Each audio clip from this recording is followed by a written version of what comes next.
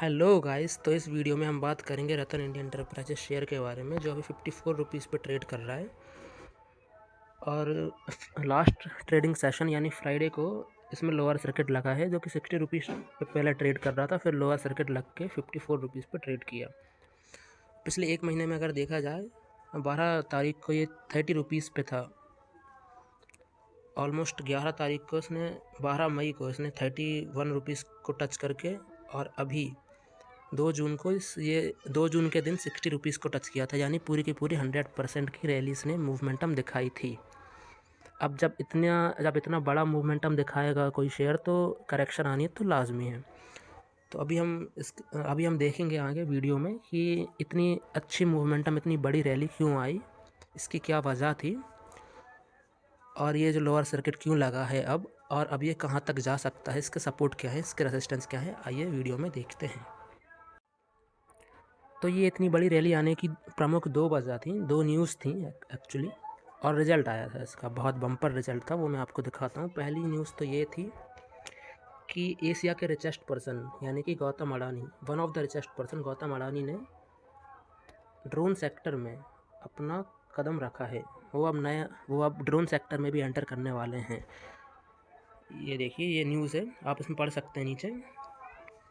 तो ये अभी सिर्फ न्यूज़ है, अभी कोई कंपनी इन्होंने एक्वायर नहीं की है। तो अब आप पूछेंगे कि ड्रोन सेक्टर की न्यूज़ का रतन इंडिया एंटरप्राइजेस से क्या लेना देना। तो मैं आपको बता देता हूँ नेक्स्ट न्यूज़। ये देखिए, रतन इंडिया एंटरप्राइजेस एक्वायर 60% इन ड्रोन मेकर TAS। तो रतन इंडिया एंटरप्राइजेस ने 60% इक्विटी एक्वायर की है एक ड्रोन मेकिंग कंपनी की। ये देखिए, आप नीचे पढ़ सकते हैं। तो इनकी एक कंपनी है नियो स्काई के नाम से, रतन इंडिया की सब्सिडरी ही है, इन्होंने एक्वायर की है, तो ये अब इनके ही अंडर आएगी। तो अब रतन इंडिया एंटरप्राइजेस, आपको पता होगा, इनकी EV आती है, इलेक्ट्रिक व्हीकल आती है, रिवॉल्ट के नाम से आती है। चार्ट पे जाने से पहले एक बार अपन इसके रिजल्ट देख लेते हैं, जो कि काफ़ी इंपॉर्टेंट हैं। तो चलो, ये हम आ गए हैं रतन इंडिया एंटरप्राइजेस के चार्ट पे, और आप देख सकते हैं इसने जो रेजिस्टेंस लिया यहाँ से, ये जो गिरा है, ये जो लोअर सर्किट लगी है, इसने ये जो ट्रेंड लाइन थी उसका रेजिस्टेंस लेके ही ये नीचे गिरा है। अगर आप देखें तो ये देखिए, ये यहाँ पे ये 30 रुपीज़ पे आ चुका था। ये मैं जो बोल रहा था, 30 रुपीज़ से सीधा 60 रुपीज़ टच करके और अब नीचे आ रहा है। तो ये इसका जो नेक्स्ट सपोर्ट है,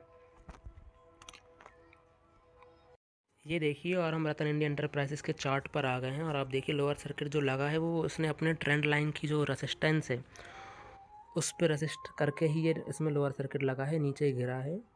और इसकी एक और वजह थी एक्चुअली। ये देखिए RSI, देखिए एक बार आप इसका, हर बार RSI अगर आप देखें तो हर बार 70 को टच करके नीचे गिरा है, ये गिरता है। तो इस बार भी ये देखिए, इसका RSI 70 हो चुका था और ये वहाँ से नीचे गिर रहा है। तो RSI भी इसकी वजह थी, और ट्रेंड लाइन भी ही वजह थी। और एक और चीज़ अगर आप देखिए, वॉल्यूम एनालिसिस अगर आप जानते हैं, तो ये काफ़ी बड़ी वॉल्यूम इससे एग्जिट हुई है।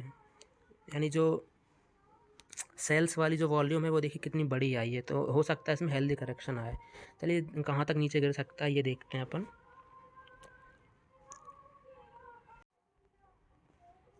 इसका जो सपोर्ट बन रहा है, वो देखिए एक 48 और 46 दो सपोर्ट बन रहे हैं, इनके बीच में आना चाहिए इसको। तो ये जहाँ तक नीचे गिरेगा, आप अभी मत लीजिए जल्दी में, अभी तो इसमें करेक्शन, यानी अभी इसको और गिरना चाहिए, इसमें करेक्शन आनी चाहिए। अभी तो और करेक्शन आएगी इसमें, अभी इतनी जल्दबाजी में मत रहिए आप। ये इसका एक ये वाला सपोर्ट बन रहा है, एक मिनट, एक ये वाला सपोर्ट बन रहा है,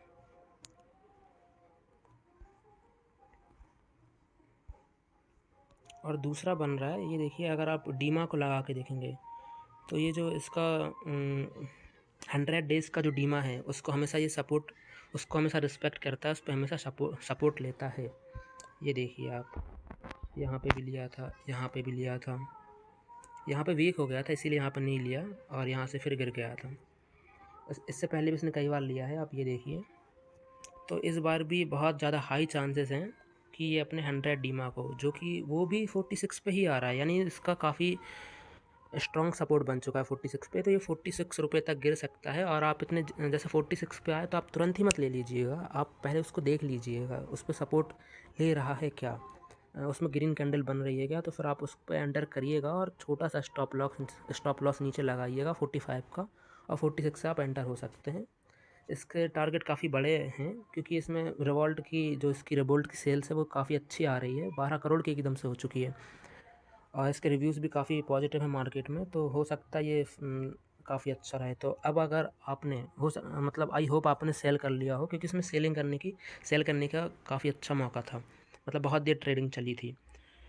तो अगर आपने कर लिया है तो अच्छी बात है। और अगर आपने जैसे 50% इक्विटी, 50% आपने क्वांटिटी कम कर ली है, तो आप नीचे उसको फिर से परचेस मतलब कर सकते हैं आप, अगर आपकी इच्छा है तो आपको आराम से मौका मिलेगा अच्छे से। जब सपोर्ट पे आएगा तो आप जितनी क्वांटिटी आपने एग्जिट की है, आप फिर से उसको लेके एवरेज कर सकते हैं और फिर से नेक्स्ट टाइम प्रॉफिट बुक कर सकते हैं। तो ये हो गया लॉन्ग टर्म वालों के लिए जिन्होंने प्रॉफिट बुक। देखिए, अगर आप लॉन्ग टर्म इन्वेस्टर भी हैं तब भी बीच बीच में जब भी रैली आए तो प्रॉफिट बुक कर लीजिएगा, मतलब करते रहा करिए, वरना मार्केट का कोई भरोसा नहीं है, किसी भी कंपनी का कोई भरोसा नहीं है। तो अगर आप लॉन्ग टर्म वाले हैं तो आप फिर से सपोर्ट पे ले लीजिएगा। आपने जितनी क्वांटिटी कम की है वो नीचे ले लीजिए, आप ले लीजिए और फिर से एवरेज बनाइए। और अगर आप शॉर्ट टर्म वाले हैं तो देखिए, शॉर्ट टर्म वालों के लिए तो इसमें अभी कोई भी मौका नहीं है। पहले इसको देख लेते हैं, पहले ये कहाँ सपोर्ट लेता है कहाँ नहीं। अभी ज़्यादा जल्दबाजी में परचेस मत करिएगा कोई भी शेयर, या ये शेयर अभी मार्केट स्टेबल नहीं है। और जब ये सपोर्ट पे आएगा तो आप शॉर्ट टर्म वाले भी ले सकते हैं, 1 रुपये नीचे स्टॉप लॉस लगा के। अपने ये जो ट्रेंड लाइन, जो रेसिस्टेंस है, इसकी जो ट्रेंड लाइन बनी हुई है, इसका टारगेट लेके आप भी एंटर कर सकते हैं। और बाकी ये जो लॉन्ग टर्म वाले हैं, जो 1 से 1.5 साल के लिए होल्ड किए हुए हैं या 3 साल के लिए होल्ड किए हुए हैं, इनको बता दें काफ़ी अच्छा शेयर है। 1 साल के इसका टारगेट 1 से 1.5 साल का इसका टारगेट 150 तक है, क्योंकि इसका ईवी का रिव्यू बहुत अच्छा आ रहा है। और ये ड्रोन वगैरह में ये काफ़ी एक्सपेंशन कर रहे हैं। तो इसका मेरा जो ये आप 1 साल बाद इसी चैनल पे वापस आके मुझ पे आप कमेंट कर सकते हैं। 1 साल में ये 150 तक जा सकता है, 1 से 1.5 साल में। और अभी शॉर्ट टर्म का टारगेट तो ये है कि जब ये सपोर्ट आएगा तो ये फिर से जो 57 रुपीज़ का टारगेट फिर से दिखाएगा, और वहाँ पे मुझे लगता है ये इस बार ये रेजिस्टेंस तोड़ के ये 70 वाला जो रेजिस्टेंस है उसे भी रिटेस्ट करने आएगा। तो ये शॉर्ट टर्म का टारगेट अपन 70 लेके चलते हैं, और लॉन्ग टर्म का टारगेट 150। और परचेस अगर आपके पास नहीं है तो अभी 46 से 48 की जो प्राइस रहेगी वो काफ़ी अच्छी रहेगी न्यू एंट्री के लिए, और एवरेज करने के लिए भी वो बहुत अच्छी है। लेकिन अगर आप लॉन्ग टर्म के लिए एंटर करना चाहते हैं तो अभी वेट कर लीजिएगा, हो सकता है कभी मार्केट फिर से क्रैश आए या ये वाला स्टॉक क्रैश हो, तब आपको ये बहुत बढ़िया प्राइस पे मिल जाए। तो लॉन्ग टर्म एंट्री के लिए आप किसी भी शेयर में बहुत अच्छे मौके का वेट करिएगा, मतलब करना चाहिए आपको। ठीक है, चलिए, मैंने शॉर्ट टर्म लॉन्ग टर्म दोनों बता दिए। अब मैं अलविदा लेता हूँ। Thank you so much.